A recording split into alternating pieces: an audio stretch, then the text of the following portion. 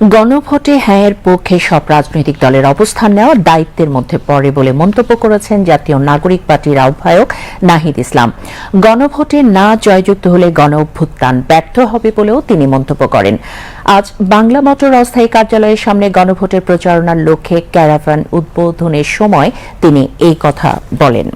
নাহিদ ইসলাম আরও বলেন, দল মত নির্বিশেষে আমাদের সবার দায়িত্ব গণভোটে হ্যাঁয়ের পক্ষে ভোট দেওয়া, কারণ হ্যাঁয়ের পক্ষে ভোট দিলে সংস্কার প্রক্রিয়া আগাবে, জুলাই সনদ বাস্তবায়ন হবে।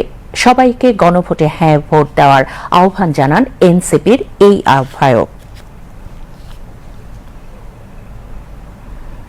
আমরা নতুন গণতান্ত্রিক ব্যবস্থায় যেতে চাই, আমরা নতুন বন্দোবস্ত প্রতিষ্ঠা করতে চাই এবং আমরা বিশ্বাস করি 11 দলীয় জোট নির্বাচনে বিজয়ী হয়ে এই নতুন ব্যবস্থা প্রতিষ্ঠা করবে।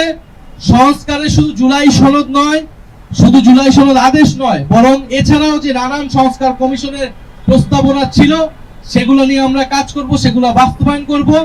এবং জনগণের প্রতি আমাদের আবারও আহ্বান, অনুরোধ, আপনারা এবার বিচার বিবেচনা করে আপনারা ভোট দিবেন এবং দল মত নির্বিশেষে গণভোটে হ্যাঁ দিবেন।